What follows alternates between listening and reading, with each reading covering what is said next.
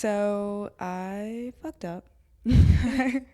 I was supposed to come to the pod recording at 6:30 and I came at 7. I also didn't wake up from my alarm. Priya woke me up.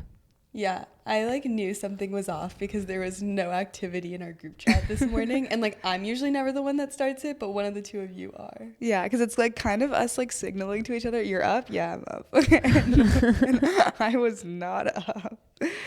Oh my God. Wait, so what time did you have to go in and wake her up? I woke her up at like 6:35 because I was standing near the door and I texted her and I was like, hey, are you ready? And then I got no response. And also like her music hadn't been playing. So I was like, there's no way she's up. There was like no sign of life. I love how you waited till 6:35. I feel like 6:20 I would have busted open the door. Yeah, for sure. Oh my God. Yeah, I just like wouldn't do that. Yeah. But we left by like 6:45. Yeah. Honestly impressed with myself. Like unimpressed, but then impressed. Yeah, you know? yeah. Like I recovered it well. No, and then I remember we like came down the stairs and you can see our pod studio when you're walking and the lights were dark. I was like gonna be like, I'm so sorry, Maya. Like I had my apology ready to go in my head. And then I was like literally like preparing and then the studio was empty. Because I was like, oh my God, she's been sitting here for 15 minutes. Like No. Also like Priya's reaction to everything, even if she's pissed in her head, is just like, it's fine. It's fine. But I was like, Maya's gonna be really pissed. Oh my God. And then you called me and then I didn't pick up. Yeah. And then Anika was like, you should FaceTime her. So then I FaceTimed you twice and you didn't pick up. And so then we were just sitting here being like, what and now? then Priya was like, yeah, I don't think I can record in the evening because I moved all my morning meetings to the evening. Cool. Welcome back to Get the Check. I'm Maya. I'm Anika. I'm Priya. And today we have a really fun lineup. We're going to be going over Nucleus Genomics' release of Nucleus Embryo, which allows you to compare IVF embryos beyond just normal genetic orders. And you can actually look at things like height, eye color, and IQ. And then you can pick, it's like shopping. You can pick your little embryo that you want. And then we're going to be going into the IPO landscape. Both Omada Health and Circle had an breakout IPO, so IPO landscape is looking good, and we're going to cover some upcoming ones as well. And then finally, we'll be going into the AI trend report that was released by Mary Meeker. She is known for her internet trends reports, and she stopped doing them in 2019. So the fact that she dropped one on AI 5 years later and is back is very cool, and the community has been freaking out about this. It was like 340 pages. It was 340 really pages. excited about her. So I feel like this is like an artist that everyone's been waiting for their album to drop. Like It felt like that. Yeah. Of one. Like Rihanna dropping an album. Yeah, because it's like you think they're in retirement, but they're not. Yeah, and they come back and you're like, no way. Anyways, yeah. So moving into Nucleus Genomics. Yeah, they're a genetic testing startup that started in 2021. And at the time, the goal was to just calculate a patient's risk for a specific disease. So it totally made sense. It's basically if you take 23andMe or any other genetic testing company and you get the results of that, you can then send it to Nucleus Genomics and they would tell you if you have like a genetic predisposition for something, and they were using polygenic risk scores. And so last week, what came out is that they announced Nucleus Embryo, which, like Maya said, you can basically look beyond just like prenatal testing and genetic testing and things like that. And you can actually look at like physical traits of the embryo, which is crazy. I took like a tour of their UI and it's literally like a shopping catalog. Like I was like, this is crazy. You can like pick your hair and your eye color. I mean, you can't like edit them together, obviously, but you can pick the one best embryo that looks best. Yeah, I would totally pick like blue eyes if that came out. I know, but the trade-offs are so hard. Like when I was actually looking at them, I was like, oh my God, but what if they're a little dumber? Like it's okay if they don't have blue eyes, you know? None of the embryos are gonna have blue eyes. So you're not even approaching this problem. That's true. And with Nucleus Embryo, you can compare up to 20 different embryos, and it's $5,999. Yeah, and their normal polygenic risk score testing, which is like basically just like testing your DNA, is about $39 a month. But you can also order the test through them instead of like a 23andMe if you want, and then that's another $399. And he talks a lot in interviews about the pricing and how it used to be millions of dollars, and then when he was studying, it went down to like hundreds of dollars, and that's when he realized there'd be a good consumer product. And he thinks that in the near future, it'll be like tens of dollars and everyone should just get one. Their closest competitor is Orchid Health, does the same type of genetic testing, and they're charging approximately $2,500, so a little less. But I think Nucleus Genomics can charge more because, like, as soon as you provide a little extra, like that many more features, like if someone's in the market for IVF, like what's $3,000 more? Like, Yeah, it's really nothing. It's nothing in comparison to like the 50 to 100K that they're spending overall, and it's also your kids. So I can totally imagine like getting that extra bit of insights people would definitely choose Nucleus. But I wanted to go over specifically the difference between like what rare markers are and polygenic scores are, because this is a new type of genetic testing. Before, rare markers were just like, before when they used to screen embryos, they would just screen for like rare mutations or like single gene mutations where you could easily find like something that's wrong. Like Down syndrome. Yeah. Versus polygenics testing is like looking at the whole genome and then seeing like all the different inconsistencies and then stacking all those inconsistencies together to be like, oh, what's the most common disease that'll come out of this? Because a lot of things are like polygenetic, meaning that there's like many different mutations that will come together to then get you to have that disease. And so like previously it was really hard to do polygenic scoring, but now they can. And so what they do is they take a genome from a person, they count up all the variants, and then they multiply each variant by its effect number, and then you get that score for that category. And it's not just like vanity metrics like height and IQ that have come into play. Before, like you also weren't seeing like probabilities of different cancer and things like that. They're only doing like very rare diseases like cystic fibrosis, Down syndrome. So even from like a health perspective, there's a lot of like additional health markers. Yeah. And I think that was like the clear like reason as to why they went after this. It was to go after more health markers. And I think there's still things that they can't do. Like, for example, ovarian cancer is still really hard to detect. But out of it came the fact that they were able to detect height and eye color better than they ever have before. People are still like really skeptical of it. Mm-hmm. There's been like a ton of controversy from like the world of doctors on like polygenic risk scores and like if they're actually accurate or not. There were like studies that say that they only explain a small percentage of the total variance in disease risk. Like it's only 1 to 5%. And there's like varying numbers depending on like which studies you look at. So this isn't like the hard truth. It also depends a lot on the marker. Like from what I read with like height, people think it's like 60 to 80% accurate. But then with IQ, there's studies that say that only like 6% of IQ is even due to your specific DNA or tied to your DNA. Yeah. And so it seems like with IQ, people come out to say like maybe your different embryos have like a 2 to 3 IQ point variance that you can directionally select for. The reason I'm saying directionally is because this is like a probability game. It's not like you're actually selecting an embryo that you know has like whatever trait it is. Yeah. And so I guess like where I ended up as like someone that's more in the middle who doesn't think it's like pseudoscience but also thinks that like the company itself is probably overhyping where they're at. Yeah. Is that like I would trust something like height to be directionally true or like some of the major diseases, but not like IQ necessarily.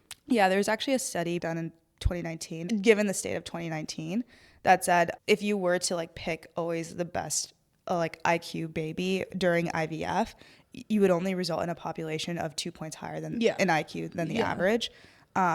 It's probably gotten better, but it just kind of puts into light like how much of an effect specifically for like the intelligence category. The other thing about this is all of this is based on what they call genome-wide association studies. So what they do is they like take a pool of people who have a specific trait and then compare it to a pool of people who don't. And then they're like, okay, this genome is associated to this type of like these types of markers or this type of sequence. But a lot of GWAS, which is like the studies, are done by Europeans and like European firms. And so all the GWAS are calculated from data on European populations. So then what they do is they look at your like how far you are from Europeans in terms of ancestry and then like modulate your risk score down. Yeah. Like our embryos would be way less predictable than like a European embryo. Yeah, because the data set is European based. Yeah. So I think that's another part of it is that they're not very obvious about it. Like in their marketing material, they do mention it at some point in terms of like their science and like their effectiveness and stuff. I think the other part that's like relevant here is there's like gene editing / mutation, which is like CRISPR, and then there's this, which is more like genetic predicting and selecting. The founder, Kian Sadeghi,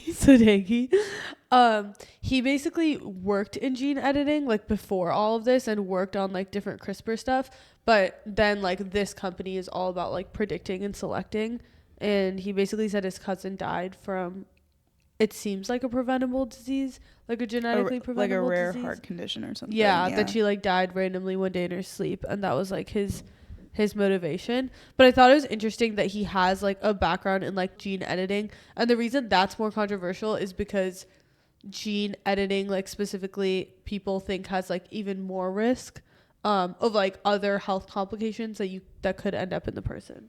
Yeah, so there's like two types of gene editing. There's somatic and germline gene editing. And so somatic gene editing is fully allowed, and people do it today in the United States. And it's basically edits that are made to non-productive cells to treat diseases such as sickle cell or anemia or things like that. And you use CRISPR to edit the genes. And so this only affects the individual, and effects aren't inherited by like future generations, versus germline editing, which is the more controversial thing that I would say like in general people agree that we shouldn't have germline editing. And that's edits to reproductive cells that can be passed down to future generations. So like something like eye color, for example, would fall into that category. And so germline gene editing is banned not only in the United States but like everywhere else effectively, like from some law or another, versus somatic gene editing does take place today. Did you guys read the baby KJ thing? No. Oh, wait. Okay. So like, I don't know if you guys saw this, but coincidentally to like all of the Nucleus Genomics stuff, I think a week or so ago, they had the first instance of ever doing somatic editing in like an alive human, where, so there's like deleting and then there's editing, and they had the first instance of doing like CRISPR editing in an alive human, and they did it in a baby who basically had CPS1, which is an ultra rare disorder where like your body can't like get rid of ammonia, so you have ammonia buildup and then you die. And there's this baby, I think he was born in August of 2024, and he's been in Philadelphia and like basically at like the Penn Children's Hospital, which happens to be like the place best at this. They basically had like a bubble almost with like the exact coordinates of like where in his body it needed to go and like how to edit it, and it like worked. And it's like the first time that they've ever done it, and they like cured, or they don't like to use the word cure, but they like fixed him. Like he got like discharged home, and he was like supposed to die.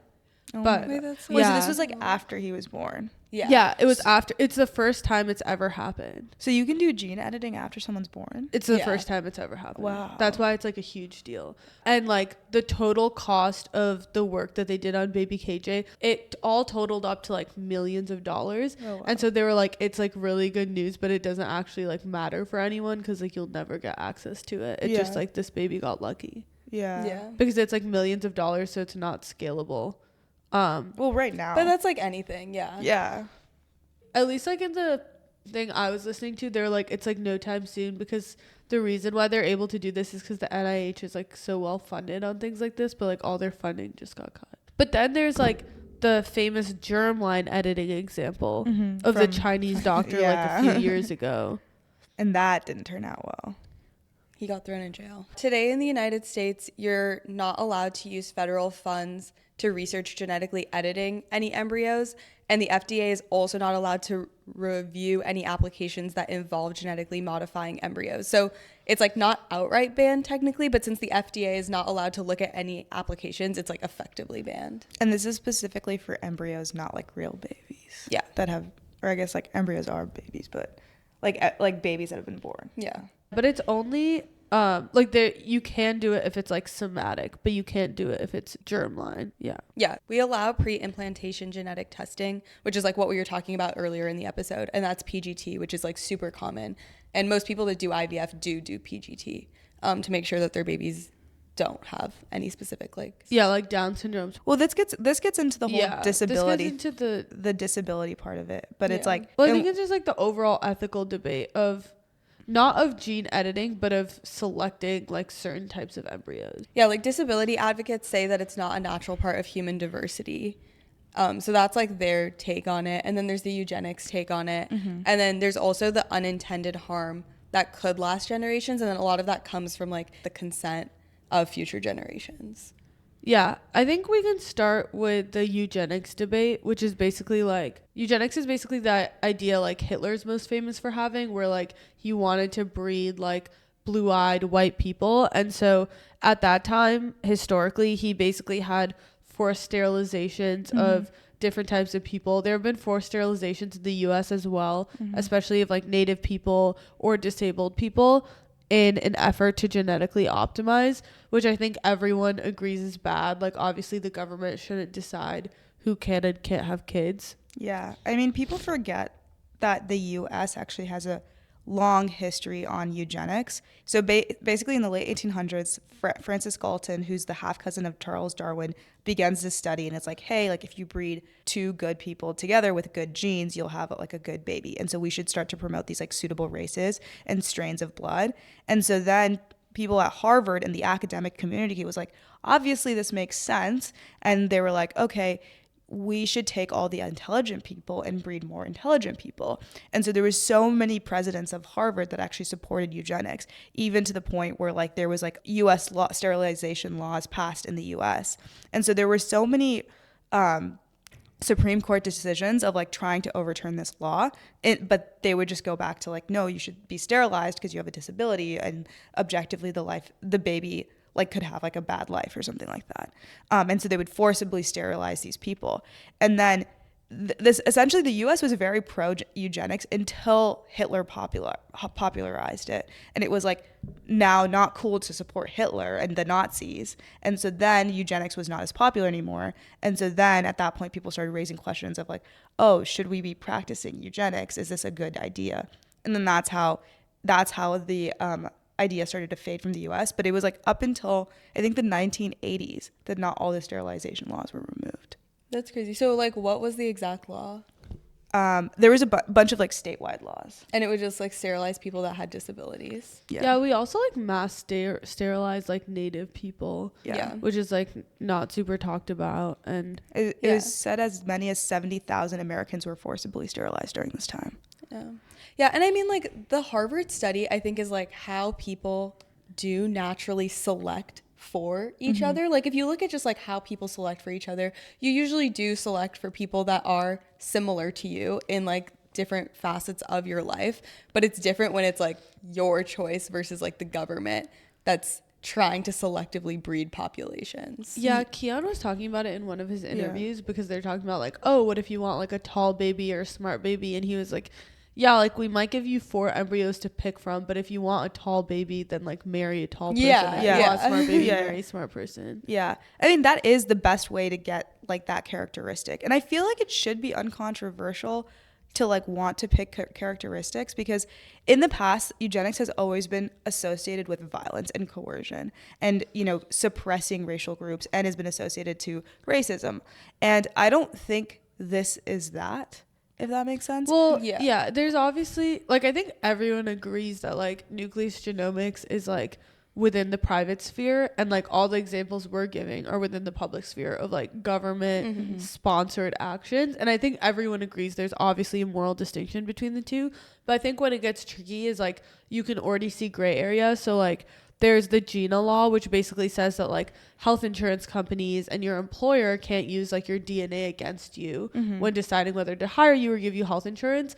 But like life insurance companies for some reason are exempt from that, and like they can use your DNA testing. Could there be a future where like the government imposes like a tax on people that knowingly decide to have like kids with a certain disease because they know that like that imposes a certain cost on like healthcare, right? Like it becomes a slippery slope. Like, is it ethically okay to have then a baby predisposed to diseases? I think it's like two conversations, right? Like I think there's a conversation around if it's like ethically okay to have a baby you know will be sick, but then I think there's another conversation where like everyone agrees the government probably shouldn't get involved in something like this. I think the percentage of people that would actually choose to have a sick baby is like so small that it's not even worth the government's time to really look into this issue. 10% of the US population, for example, is born through IVF, and the people who are choosing IVF likely have the means to pay for IVF. I just don't think that there is a huge percentage of the population that's actually choosing sick babies at the end of the day. And so I think it's really more of the first debate of like, is it ethically moral or not to be like selecting against disabilities and diseases And that's like its whole other conversation. But I think once it goes past that conversation and it becomes starting to talk about the government, what are they going to do to intervene or maybe to not intervene? I actually just don't personally think that people will actively choose like the weakest embryo. It's also like, given the people that do IVF, like it definitely skews towards like upper class, and it says specifically like white and Asian backgrounds are the people that typically do IVF, because like an average IVF cycle costs $50,000, but it's possible for it to be way over that as well. And so because of that, there's already such a small percentage of people doing it. It's also like the idea of like a genetic overclass, right? Where it's like one more advantage that rich people get, which is that they get to select like their best embryo in terms of disease, intelligence. And I think that's like a valid concern. And that's like obviously a true outcome of this, because it's like thousands of dollars to do. Yeah, I think I think the study about like the IQ points not actually increasing makes me feel like less worried about the intelligence factor. I do think the like height and color, like eye color, is like at least I think attractiveness plays into your like role in society, and like attractive people genuinely get more things in life. And so I do agree that like, okay, if you're able to pick a more attractive baby, then like rich babies are like always more attractive and they always get more privilege as well from that. Another thing I found that is that intelligence of a baby is influenced by the nutrition of the mom during the pregnancy.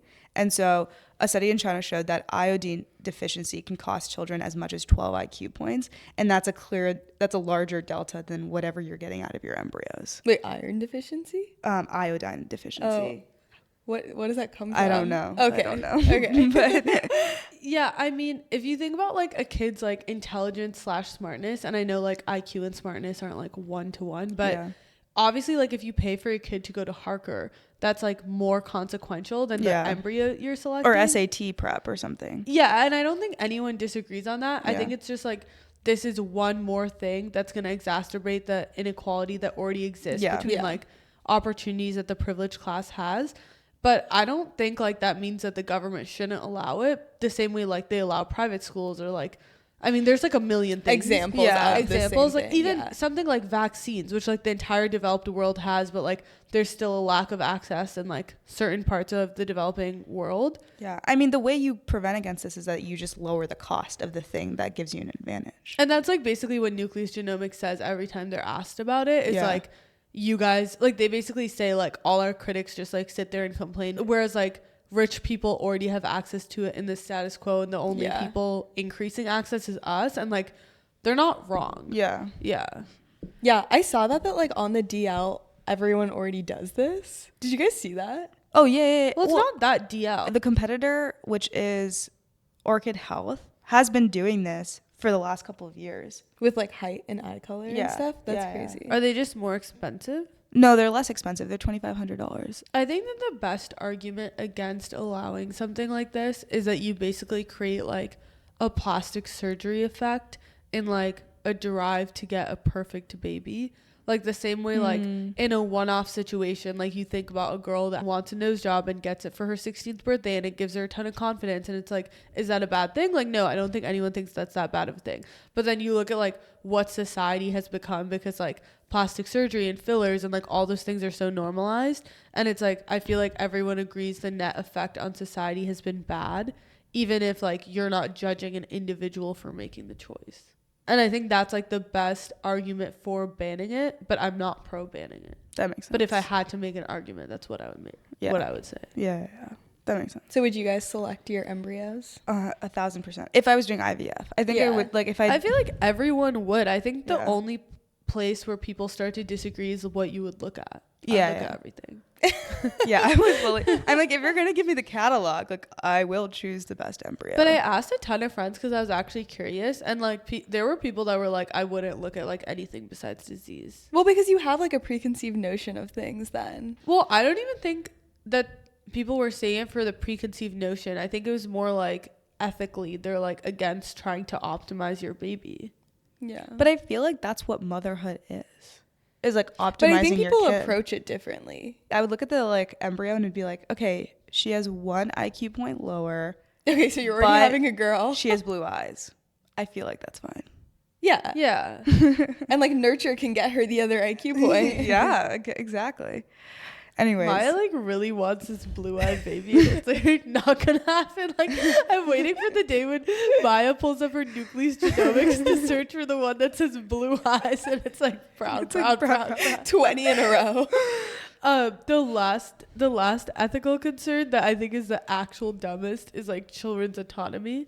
oh, because they Yeah, didn't 'cause consent to you like can't And consent like, being this is chosen. actually Yeah. like a huge argument that people say like in order to start a parent-child relationship off on ethical terms, you shouldn't do genetic selection because the unborn child didn't consent. And like when Well, you don't really consent to any of your childhood. yeah. Like, hello.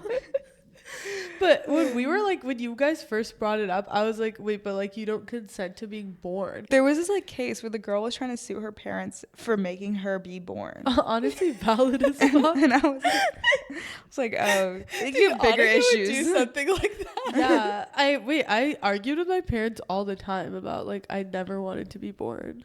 No, I'm grateful now, but I wasn't at the time. There's this philosopher, I'll just give him a quick shout out since he's like the expert on the matter.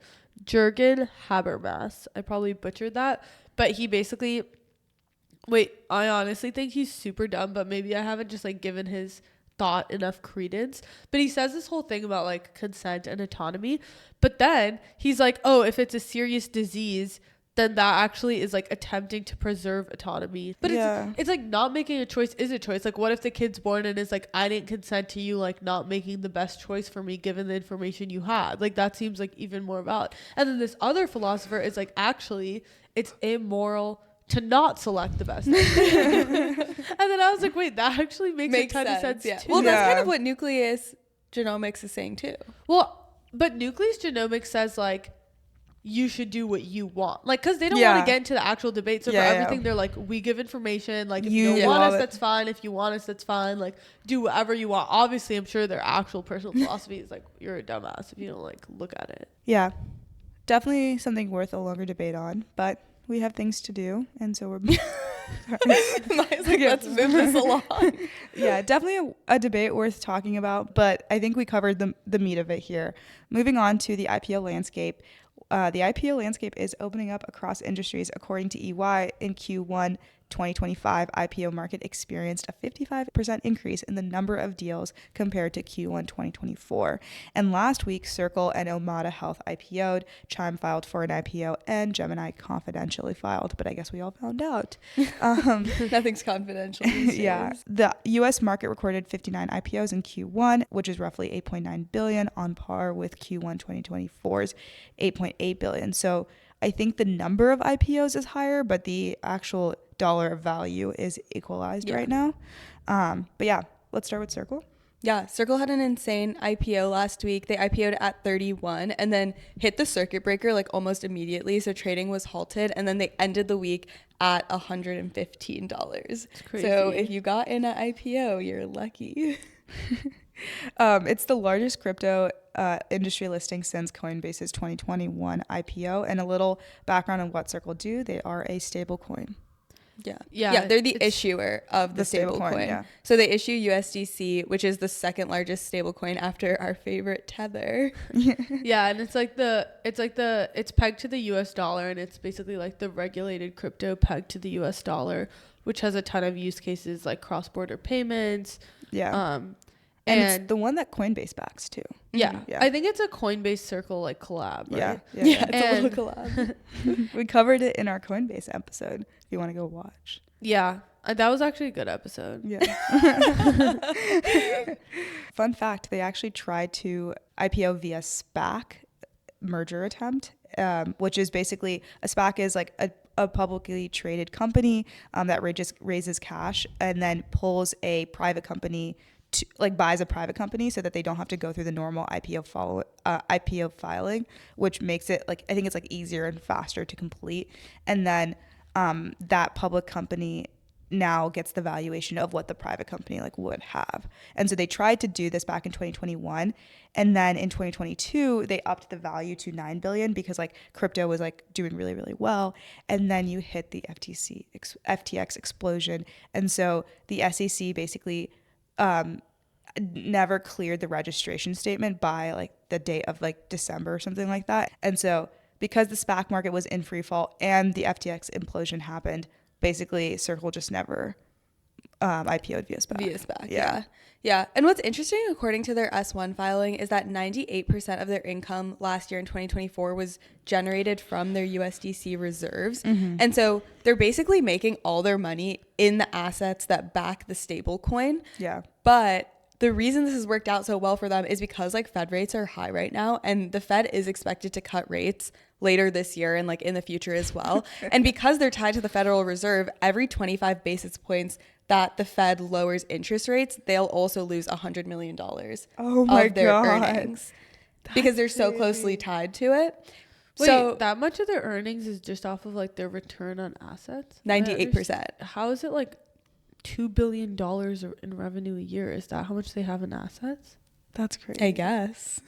But like the future of this, because people were like, they have to diversify their income in some way, and they are looking to talk to like big tech companies. Like I think like Stripe is talking to them, Apple is talking to them, and because of the benefits of a stable coin, they're looking at it for like cross-border payments, lower fees, all of those things to take advantage of that. And so I'm sure like if they did partner with these companies, they would get like some cut of it.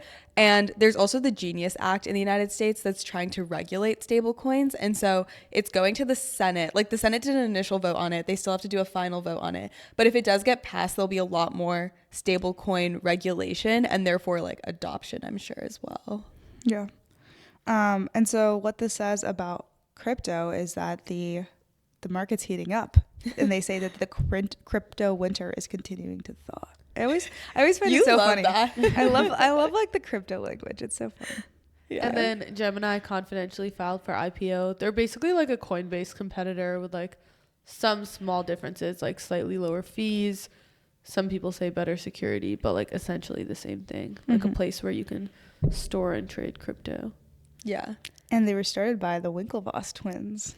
Yeah. I don't really know anything. They have about like, their lore is crazy. They basically like sued Mark Zuckerberg and saying that he stole their idea for Connect You, which was like the social networking site they developed at Harvard. And ultimately they ended up settling in 2008 for $65 million. God. So the two of them got $65 million. They then took that and invested it in Bitcoin at the time. And now they're like billionaires because of it. So they co-founded Gemini in 2014. They used a portion of their settlement to buy Bitcoin. And apparently they own 1% of all Bitcoin in circulation. Crazy. Their lure is crazy. Well, because like the whole social network movie was about it, but it was like made before Bitcoin went crazy. And so there's like, I honestly think they need a follow-up movie. They need a new movie. Yeah, but like the rumors of how much Bitcoin they have are like absolutely insane. Yeah. Cool. Well, congrats, Circle. Moving on to Omada Health. Omada Health is a virtual chronic care program that's sold to employers and plans. So they care for diabetes, weight loss, hypertension, and MSK. And they also recently IPO'd on June 6th. They priced their IPO at $19 per share and raised roughly $150 million. And they were up 21% by the end of the day. Their valuation is only around like $1 billion, right? Yep. And it was roughly on par with its last private valuation. So it was priced in line with investor expectations. And I think the reason as to why it popped a little bit was because it's priced similarly to like Hims, if that makes sense. And Hims has recently done well in the last couple of months. I'm so sad about that because I literally I called them at an all-time low. Anyways, and I didn't buy. Well, I should just take my own investment advice. I don't even know why I don't do that. You should. They're also the second IPO this year because Hinge Health also recently just IPO'd. And both of these come out of like a really long dry spell of no digital health IPOs because there was a surge in 2021 around COVID time when I think there were 20 in total that year. And then they completely stopped. Yeah. And then like from 2021 to 2025, it's been like one or two. That's crazy. A lot of the 2021 digital health IPOs, a lot of them were first of all by SPAC. So like the bar for the company that was IPOing was lower. Yeah. And then some of them weren't by SPAC, but like a lot of them just weren't profitable at the time of IPO, which is like fine. But then they never ended up reaching the profitability that investors expected. And like they didn't scale well. And so like, for example, like Babylon Health was like one of the companies that went public around 2021. And then it like the company completely collapsed. Like these are in the category SPACs that saw like 99% drops in their stock Are these price. Chamath SPACs? No, I feel Probably like he doesn't not. do digital Yeah. health. Yeah. But like, I mean, people make fun of Chamath SPACs, but like SPACs as a whole did badly too. Yeah. Yeah. Because it's just like, okay, you lowered the bar for a company to IPO, and then the Like, what'd you companies that IPO don't Did do bad. well. Yeah. Like, what do you think was gonna happen? Yeah. Yeah. And also, like, I guess the more optimistic view of it was like acquisitions became hotter. Like, you had like One Medical acquired by Amazon in Yeah. 2023. And so I think digital health, also from a perspective of digital health companies, they started to see acquisitions as like a better deal for like the company itself. Oh, then IPO. Than IPOing Yes. because so many of the IPOs did so badly. But it is interesting because like obviously the company I work for is like digital health and I'm in telehealth. And like I know like for example, our competitor recently said like they're only around like $1 billion valuation right now, which I guess is big enough. That's what Omada Health was too. But they like recently raised and explicitly were like, we're looking to IPO. And I think like publicly a lot of like comparable companies in the space have said like we want to IPO. Mm. So we'll see more digital health coming up then.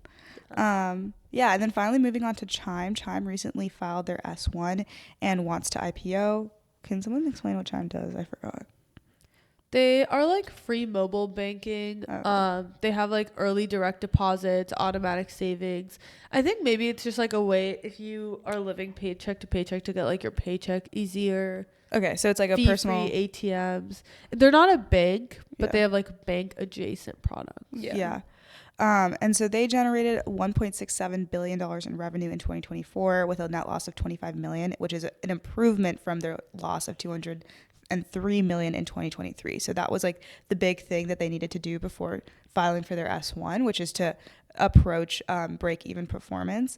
And so they're planning to sell 32 million shares at $24, targeting an $832 million raise at 11B valuation, which is down from their peak of $25 billion. Yeah, it's like less than half what Yeah. they were worth 4 years ago. It's a little Yeah, tough. it is tough because like 2022 was like some very peak fintech valuations. Yeah. But I think it's down. It's specifically less than half because I think it's designed to ensure that the deal is attractive and pop a little bit. And so they're basically prioritizing a successful market debut rather than a good valuation. Yeah, and that makes sense because a lot of companies have been wary to IPO because of the discount that they would have to take right now. Like a lot of companies are like, Yeah. if we IPO right now, it is going to be at a discount and we don't want to do that for whatever reason it is. Like it doesn't look good, their ego, like who knows what it is. But I think Chime just like taking the L and being like, this is in line with other fintech companies, their valuations in 2021 versus their valuations now. We're just going to go ahead and IPO. I think hopefully it will open the door for other companies that have put their IPOs on pause, like Klarna, to maybe like reevaluate if they should IPO or not, especially if Chime has a successful IPO, which is like TBD. Yeah, I mean, $1.5 billion in revenue accounts for like kind of like an 8 to 9x multiple for the 11B valuation. So it's pretty in line with what they should be seeing. Like I wouldn't say it's like a discount necessarily. Like I would say those are what the fintech valuations are. And for anyone who's curious, fintech valuations are traditionally very low compared to SaaS valuations. And that's one, because the cost of capital is very high. And so you're always paying, your fees are just generally higher than a SaaS and your margins are a lot lower. And then the second part is that there's always a race to the bottom. So depending on what you're exactly doing, like if you're a Stripe and you're a payment processor, you're always being squeezed on your payment processing margins as well. So yeah, that's pretty much why fintech valuations hover around 10x. Yeah. Look at this digital health and fintech IPO. And then finally, this might be indicating at a Stripe IPO, which everyone's been patiently waiting for the last 4 or 5 years. Stripe is a huge payments Crazy that they processor. haven't IPO'd. It is crazy. But they have a large cash reserve, and they can basically raise any amount of money in the private markets. So they have like no reason to IPO. And they can just be super selective on timing. So I feel like they'll just like wait for a lot of other fintech people to IPO. Yeah. Because they don't need to. Do you think their employees that like have wanted to liquidate have just liquidated on secondaries pretty easily? Or Yeah. So they're very good about like buybacks, which is why they haven't gotten pressure. And so it's just like whatever the recent valuation is, I think. Yeah. And because like people in the private markets will just like pour money into Stripe because they want to, like they've just been fine. Like objectively, like working at Stripe is just like a very stable job. Not for everyone. Well, except for me, because I lost it within 6 weeks. They have layoffs like big tech too. Yeah, I mean, like I lasted 6 weeks, so. But yeah, IPOs, yay, fun. Yay. I don't know. Is there anything else we wanted to say? Do you think an abnormal IPO is coming? Coming soon. I don't know when. Someone tell me. Okay, moving on to Mary Meeker and her AI trend report of 2025. This was a 340-page deck on artificial intelligence trends in 2025, and this basically is her return to public trend analysis after her hiatus from her very famous internet trends report. If you don't know about her, she's been a very key person in the 90s and early 2000s. Specifically, she identified Netscape in 95 and Google in 2004, and was recognized for her ability to just identify major tech trends early. In 2010, she left Morgan Stanley and joined Kleiner Perkins as a partner, where she led investments in companies like Facebook, Spotify, Airbnb, Slack, Ring, and Square. So she is just known for like having a stacked portfolio as an investor. She's called the queen of the internet. She is called and the queen of validly the internet. so. Yeah. So when she came out of slumber, it was like a big drop. If that was my investment portfolio, I just would not be putting together this Oh, deck. definitely not. You know who's gonna be the next Mary Meeker is our friend Nikhil. He actually would do this. He would do this. He would do this. This is the most, like, it really brought me back to my banking and consulting days. Yeah, it reads like one of those decks. Yeah, you guys won't have to read it because we'll give you such a good summary. It's one of those decks where it has like some crazy stat in the headline and then like a graph on like every page. Yeah. And it's like kind of ugly, but it's just like the banking consulting format that's like never died. Yeah. It's like the same font, the same color, the same graphics. But yeah, so the initial reactions are that she really harps on AI basically being unprecedented. And how many times was it? Like 51? 51 times, yeah. Did you guys command F unprecedented? No, it was in every news article. Like, oh my God, she's saying it's unprecedented. I mean, everyone fucking knows that it's unprecedented. Like, have we seen what's been going on? I just command F'd and it said 64, so. Yeah, who knows? Anyways. They're wrong. So the whole thing is that I think... Never mind. Sorry. It was including the footer. So you like had to I'll just stop talking. So she goes over a bunch of big trends and like basically up into the right trends, and we can break these down further. Yeah, I feel like in terms of initial reactions, people didn't think it was that surprising necessarily, but I think she did a really good job in telling the story of AI in like different than an AI 2027 way, where it's like this is the future and like this is what might happen, but she like looked at the past and explained like how we got to where we are. I mean, today. that's like a really good explanation of like she didn't fearmonger. She was just like, hey, this is the data of like how fast we're moving, if anyone's curious. Yeah.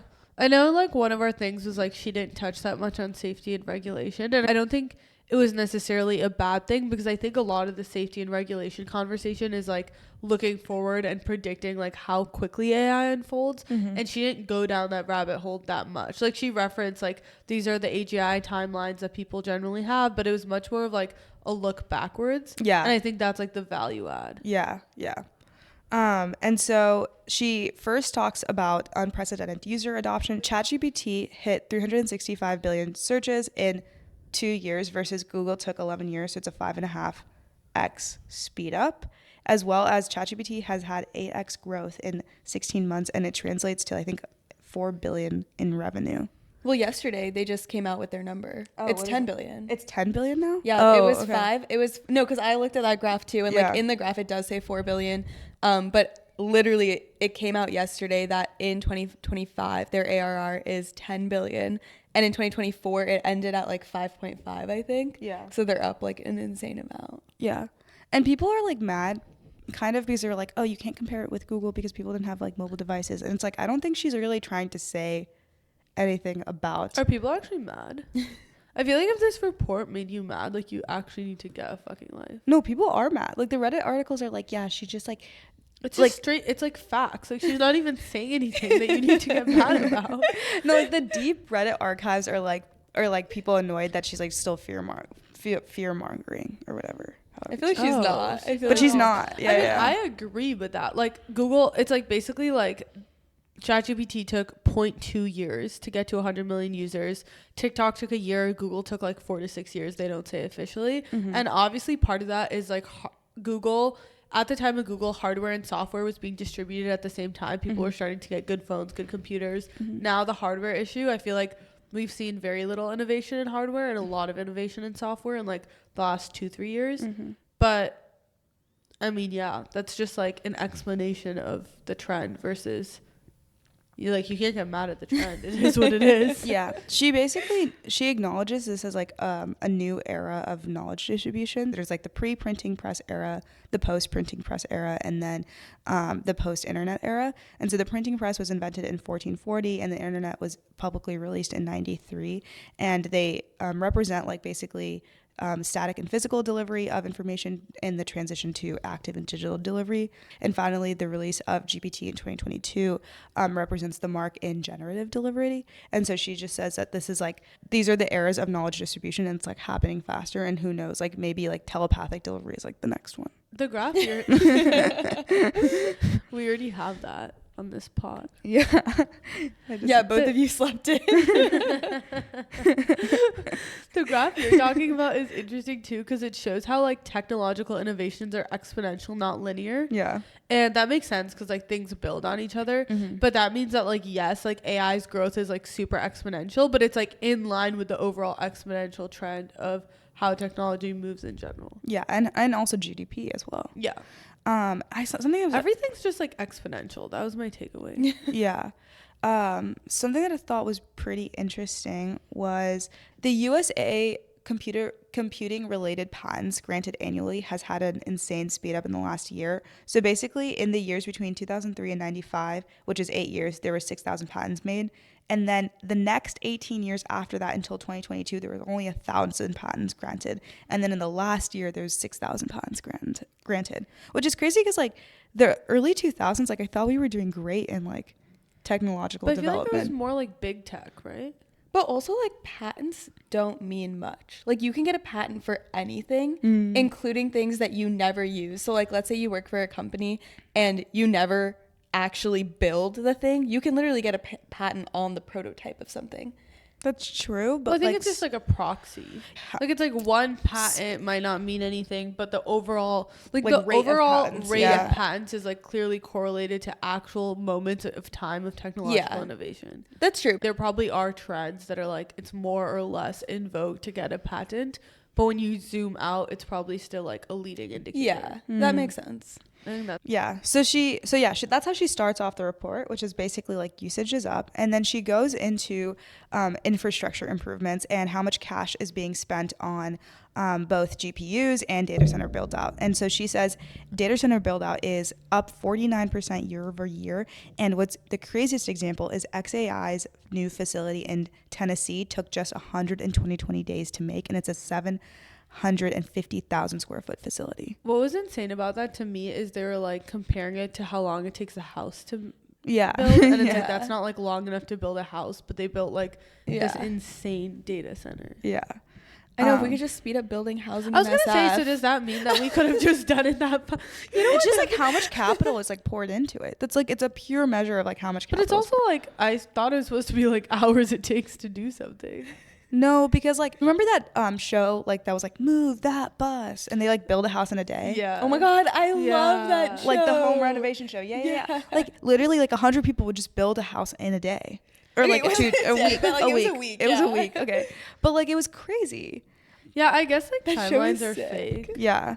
And so yeah, data center build out is super up and I thought just the last thing on that is like there was this one line that was like in 2019 you could find AI under like the research and development line item of like a 10K of a company, and now you'll find it under like the CapEx. And I thought that was like a good explanation, like overall like zoom out Okay. of like how the Of the investments, trend. yeah, the trend and like how the investment's going to like data centers. Yeah.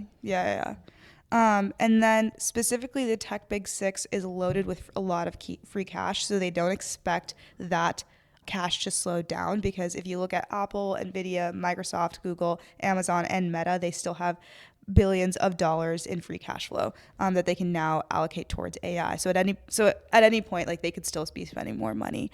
But specifically, as the data center build out is higher, a lot of energy and cost to serve models have been decreased substantially. And specifically, this is a crazy stat actually. The energy required per LLM token is down 105,000 to generate a token in the last 10 years off the NVIDIA GPUs. Yeah. So, yeah, go NVIDIA. Yeah. And the cost to serve a model is also 99.7% lower over the last 2 years.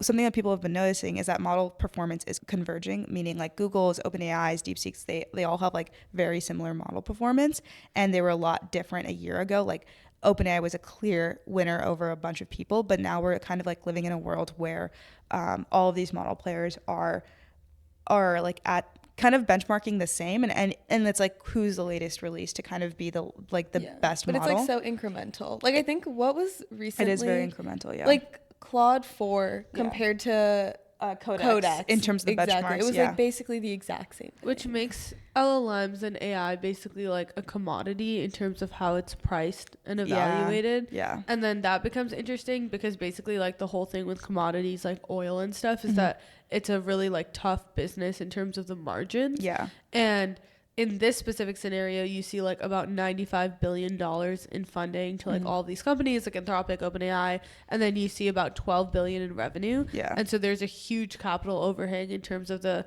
VC spend that's gone into like training these like $100 million to $1 billion models versus like how much revenue they're generating. I mean, like, when you're selling AI, what you're really selling is tokens, and the price of tokens is going down. And so when the price of something you're selling is depreciating at an exponential rate, and there's a huge capital overhang, a bubble will pop. Yeah. The entire takeaway of this was like, with the level of burn that AI has, like, how's that ever going to be profitable? My question is, I feel like the model players, like, still, why would they not be able to just like raise prices if they all do it? Or am I missing something? No, you're not missing something. This is like so she compares it actually to Uber, where in the beginning Ubers were priced really low. They were like, I think even like at the beginning it was like $2, and it was just to gain user adoption. And now you see Uber's priced at their correct economic rate. So model players will have to raise prices, like the kind of the only way that they get out of this. I think it's like how long can they keep creating like that next model, because it costs a lot to make the next model, but it doesn't cost any money to serve that model. I think what they were betting on, like at least a year ago, is like, if we spend a lot of money and we truly make the best model, we'll just get a bunch of users. And now that picture is changing, you're seeing them over index on product acquisitions, and now you're seeing like OpenAI, for example, acquire Windsurf, all of these different things. So it seems that they're realizing that that the model players aren't going to be competing on model performance anymore. I also just think that the way that these companies have approached their business model isn't purely driven by profitability. Like, for example, OpenAI was like created to generally benefit humanity, and like it was originally a research project. People seem like really concerned by the business model of AI companies. I just don't really get it. It's like they'll raise prices, and they have a lot more of an ability to do that than like an Uber Eats, where it's like, if I can't get my delivery through Uber Eats, like I'll just go pick it up. But like, there's no alternative. There's no here. alternative. Yeah. To, like, and it's also like the big players are like OpenAI, Anthropic, Google. Yeah, there's not Microsoft. that many. Like, there's not that many, because it's so expensive to build these foundational models. It's not like anyone else can get into the space, and the people that originally did try to get into the space are no longer there. The barrier of entry is virtually impossible. Yeah. No one's even like trying to compete. On the model layer. And then the next thing that she talks about is the productivity and workforce effects that we're seeing from AI. Yeah, so basically US job postings for AI related IT roles have jumped 448% since 2018, and she talks about how there's like a fundamental transformation and shift in the labor market, and that it's really important to invest in both AI talent and upskilling your existing workforce, because that is the future. And I think that's something that we generally understand, But in practice, it's really difficult. Like if you think of like the big tech companies, getting that many people to adopt a new process and way of thinking, and something that a lot of these people have done for the last like 20 years, it is like a difficult task. Yeah, and she talks about it in a kind of positive light. I feel like she talks about how like this new headcount that has increased in the AI space is skewing towards high skill, low volume roles. And so that's kind of like the new way of the world working. And Wait, I what saw do you like mean an by low analyst, volume? like it's basically like if you have a person managing a team of agents, like you no longer have